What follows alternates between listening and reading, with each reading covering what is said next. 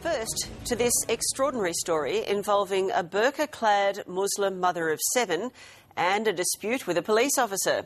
Race, religion, bigotry and the truth were all under the microscope today as Carnita Matthews was sentenced to 6 months in jail for making a false complaint about a police officer. Okay. All cops are racist. Okay. I'm telling you now, you are racist. You're actually going to say anything other than just keep on abusing me? No, I'm trying to explain you are abusing me. Just listen. You are abusing me. Carnita Matthews, guilty as charged, but out of jail for now. Have anything to say about the sentence? Is it unfair, do you think? You don't go lying about people. You don't go making up stories, and you certainly don't go grabbing on racism just to try to get your way. And I don't appreciate being called racist because you didn't read something properly and you're not doing the right thing. Okay. Carnita Matthews didn't like being pulled over for a random breath test 5 months ago, believing she'd been targeted for wearing a burqa. Say you are racist because when you just looked at me and you see me with a niqab on, you could see something happen to you. You couldn't handle it. She didn't like being asked to reveal her face to Senior Constable Paul Fogarty, telling him she wasn't allowed. 100% going to take it to court. 100%. There we go. 100%. Okay, but the thing is, I'm trying to explain to you... 100% going to take it to court. And a magistrate said she became verbally hysterical when she got a ticket for incorrectly displaying her P plates. You know you are giving me a ticket for crap. Okay, go back and sit in your car. If you choose to take matters forward, you'll be wasting the court's time. She told the officer it was crap and accused him 5 or 6 times of being a racist, saying to him, "You're going to be in trouble, 100%. If it was upheld, that would seriously damage his whole professional role in the police force.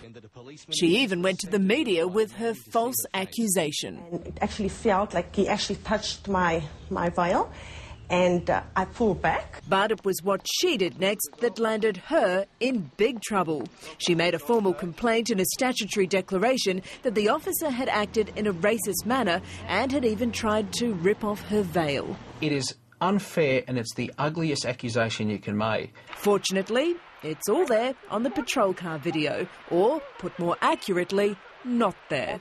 Thankfully, there was a camera in the back of the car that actually filmed the whole thing, or that officer would be skewered. What makes her story really rich is that in court, her lawyer Stephen Hopper argued it wasn't her who made the false complaint to police.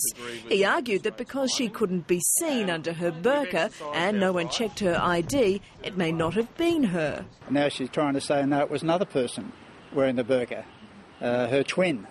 Oh, the lawyer's very clever. It's game playing. And I think the magistrate recognised this quite early.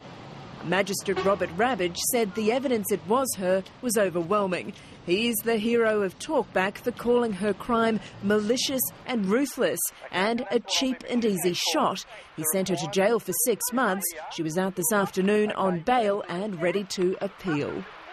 Kayzar Trad from the Islamic Friendship Association of Australia says she shouldn't go to jail for the sake of her 7 children. I wasn't in the court, but sometimes judges like to make an example of people, and it certainly feels that this is a case where compassion might have been a much better received outcome. Why? Well, we're talking about a lady who has a number of children, family commitments. Because I got my P plates on. The judge said that she had been malicious and ruthless about the police officer's life. Well, look... she didn't show compassion for him.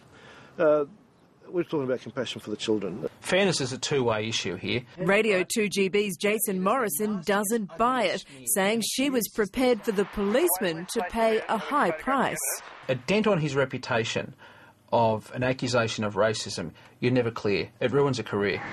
Fred Nile says there's one obvious solution. I believe this is now proving a strong case for a total ban on wearing a burqa.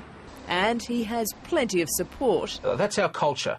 I can look at you, you can look at me. That's how it works. Carnita Matthews will go to the district court to appeal the sentence. I think justice has been served, and I think this is a major wake-up for a lot of people who think this is an issue that is just going to walk away.